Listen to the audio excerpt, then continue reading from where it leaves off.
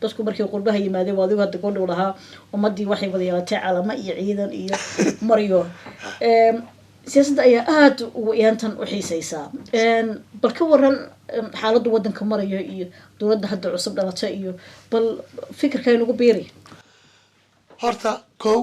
tan koowaad waxaan u hambalyanayaa madaxweynaha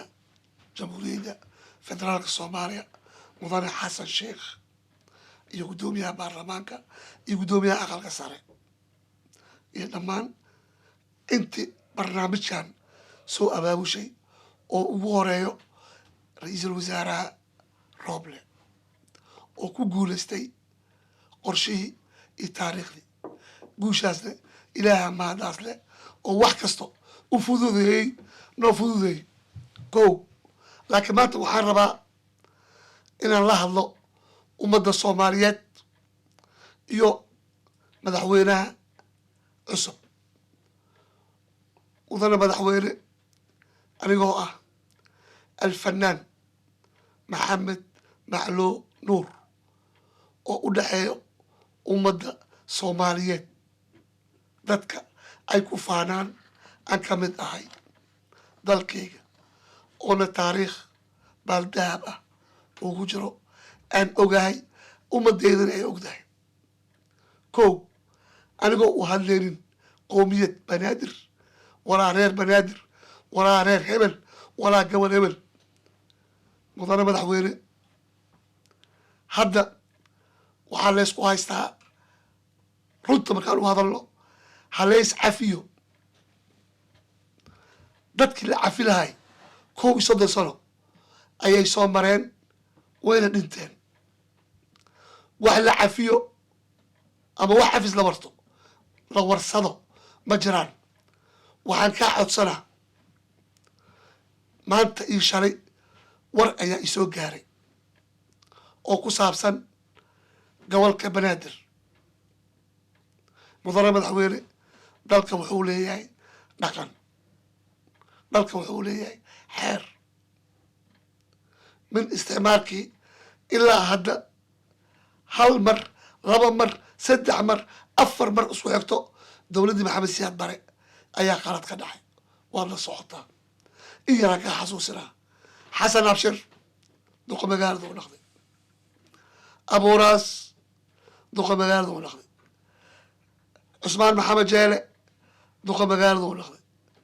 intii kalena waad ogtahay waan ogahay waan ognahay wixii ka dambeeyey dowladihii iskorsaarka kumeel gaarka kusii gaar u dhiib waa yeelaa ma yeelaayo car itaabo aday ku soo gaartay annaga waan noolnahay gobolka banaadir waxaa loogala degnaay waad ogeed ma sheegay afkeyga marow inuu ka soo baxo qabiil labada qolo degneed waa taqaanaa hadday runkaa tahay daacadkaa tahay u dhiib dadka aan ka tirsanahay duqana sii dadka kale gobol kalena waa taqaanaa ood ka mid tahay guddoomiyahaasi labadeena noo qiimi taariikhda ha kuu gasho laakiin haddii dad kale oo taariikhda ay kuu gasho jagana ma rabi laakiin waxaan kuu sheegaa waa taqaanaa xamarna waad joogday mana ka bixin waad joogdaa walaalow taariikhda hadda waxay kuu gashay adduunka ninkii ugu horeeyey oo kusoo dhaqdo madaxweyne markii labaad oo helo 240 meed iyo waxba ahayd adduunka kama dhicin oo dimuqraati ah marka gacantaada ha ku fududaanin ee xamar iyo dadkii degnaayeen waa taqaanaa ee warkeena noo qeybi kaasna intaasaan ugu baxay jawaabaan kaa sugeynaa إذن عيريا مدى عوريك هربين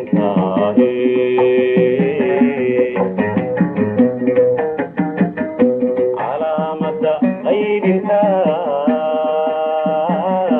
ينعدك بلوكي